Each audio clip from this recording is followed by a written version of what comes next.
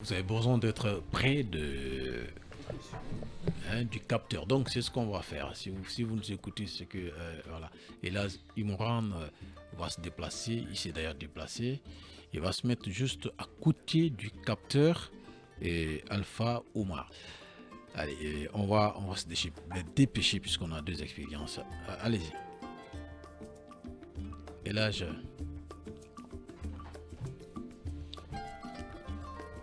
bon, on peut aller. أعوذ بالله من الشيطان الرجيم بسم الله الرحمن الرحيم إن ولي الله الذي نزل الكتاب وهو يتولى الصالحين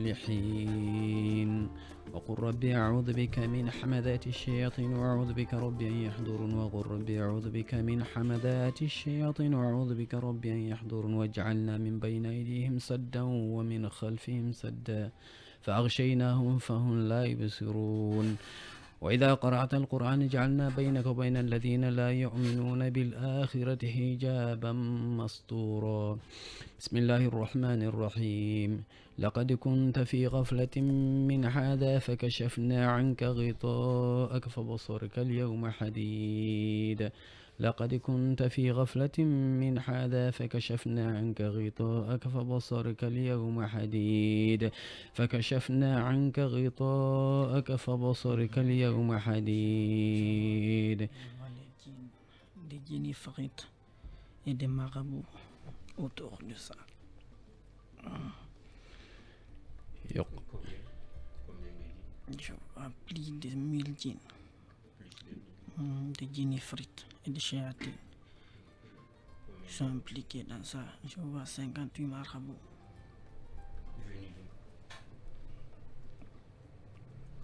يقلب الله الليل والنهار إن في ذلك لآيات لأولي الأبصار يقلب الله الليل والنهار إن في ذلك لآيات لأولي الأبصار فكشفنا عنك غطاءك فبصرك اليوم حديد فكشفنا عنك غطاءك فبصرك اليوم حديد لقد كنت في غفلة من هذا. Quelques marabouts qui venaient des Farana, Zirikori, quelques groupes même qui en Guinée ici.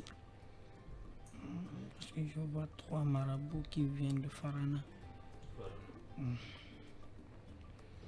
Ils sont même là-bas, ils sont en train de travailler là-bas. Donc il y a les djinns dans le pays qui s'impliquent dans le sol. Bien. Alors, il a dit qu'il y a plus de 1000 djinns et plus de 60 marabouts. 58. Oui, plus de 58, donc exactement 58 marabouts impliqués ou en fait sollicités par les uns et les autres, on ne dira pas les noms, mais c'est suffisant pour ce dévoilement. On va passer à la deuxième expérience.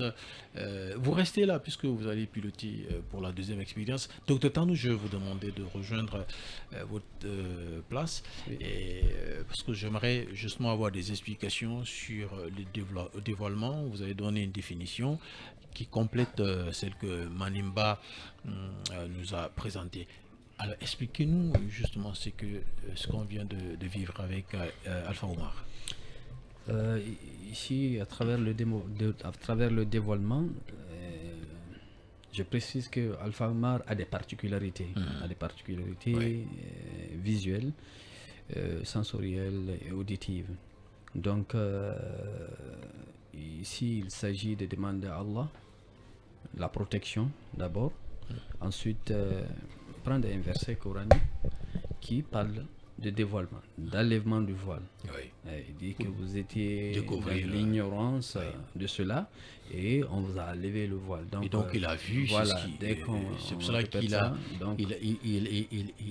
selon lui, il a vu 58 marabouts et plus de 1000 djinns. Voilà, effectivement. Très bien. Et ce qui est différent du captage. Voilà, ça c'est différent du captage. Il n'a pas ramené de djinns, il n'a fait que voir le monde qu'on a demandé de voir. Donc il a vu ce qui est là, il nous a décrit ce qu'il a vu. Très bien. Donc est-ce que quelqu'un a envie de compléter, docteur Mariano? Oui. Voilà, il faut préciser que généralement les dévoilements sont parfois très précis. parfois très précis. C'est là où il voulait en venir. Donc, si on allait plus dans les détails, peut-être que vous allez entendre d'autres choses.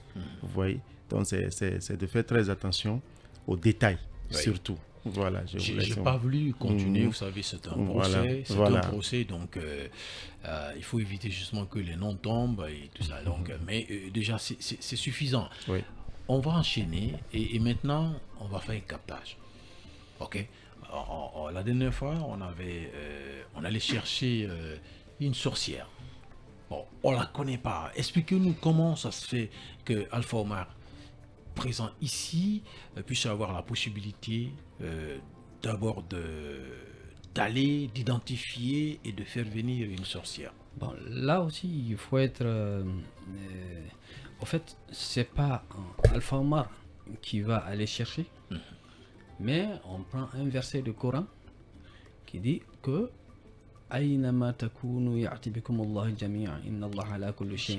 où que vous soyez, Allah va vous ramener tous. Allah est capable de tout.